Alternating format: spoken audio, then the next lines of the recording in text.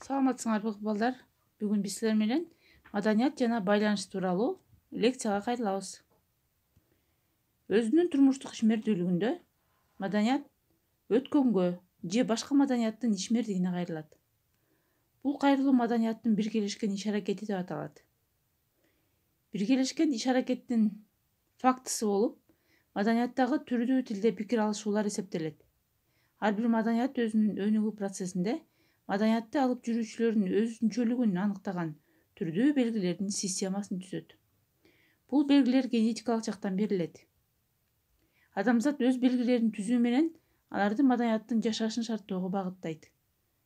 Адам ишмердүүлүгүнүн натыйжасында башка маданиятты түшүнөт жана кабылдайт. Адамзат аркылуу жүрүм-турумдун көп белгилери түзүлгөн. Аларсыз адамдын ишмердигин иш жүзүнө көрүүгө болбойт. Адам үчүн мындай белгилик системага, белгилерге ээ болуу башка элдер менен мамилелешүүнү, маданияттарга болгон мамилелерди калыптандырат. Белгилердин бир нече типтери бар. Алар төмөндөгүлөр. Биринчи, белги көчүрмөлөр. Ар кандай кубулуштардын чындыгы. Буга тартылган сүрөттөрдү же фотографияларды айтсак болот. Белги, себеп белгилер. Предмет тууралуу маалымат берет. Мисалы, адам ооруганда сөзсүз анын температурасы көтөрүлөт. Белги, символдор. Предмет өзүнүн өзгөчөлүгүн камтыган маалымат берет. Мисалы, мамлекеттик герб. Белги, символдор.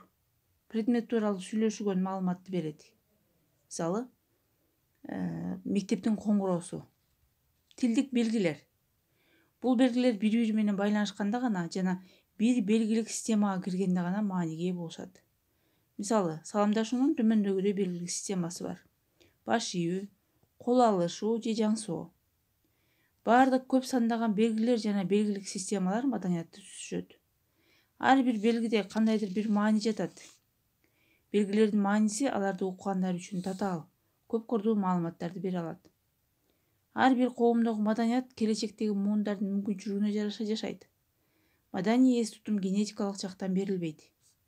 Жүрүм-турум, традициялар, каада-салттар тууралуу билим көндүмдөр, формалар маданияттын системасында гана жашайт. Ошондуктан маданиятты сактоо маданий маалыматты ар бир муунга сактап жеткирүү менен байланышкан. Аларды өткөрүп берүү муундан муунга белгилерди жеткирүү менен ишке ашат. Маданий байланыш ар бир элдин маданиятынын жашашына жана өнүгүшүндө башкы ролдо турат.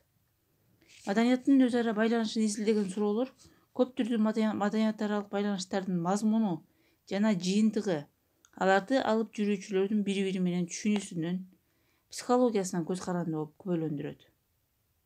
Ар түрдүү маданияттык байланыштар маданият аралык байланыш деп аталып, эки жанынан ашык маданияттын ишмердүүлүгүндөгү алмашууларды түшүндүрөт.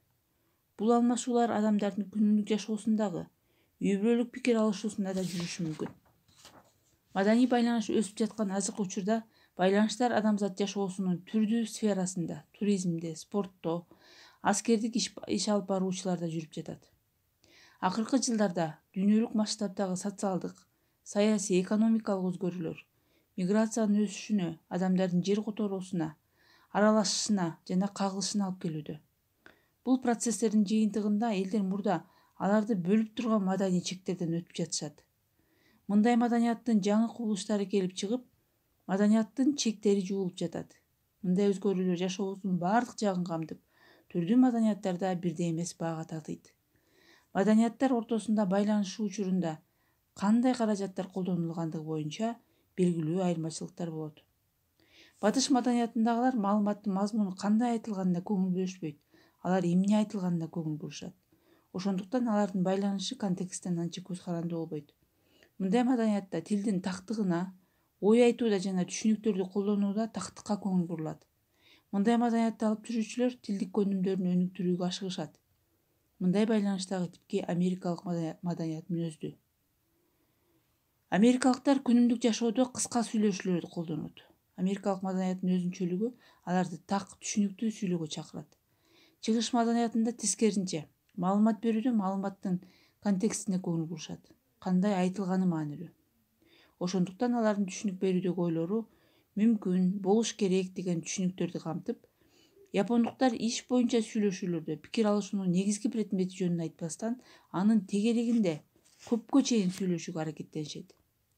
Япондуктар иш боюнча сүйлөшүүлөрдө пикир алышуунун негизги предмети жөнүндө айтпастан, анын тегерегинде көпкө чейин сүйлөөгө аракеттенишет деп айттык. Мунун өзү ал партнеру тууралуу, ал эмне жөнүндө ойлоп жаткандыгын билүүгө мүмкүндүк түзөт.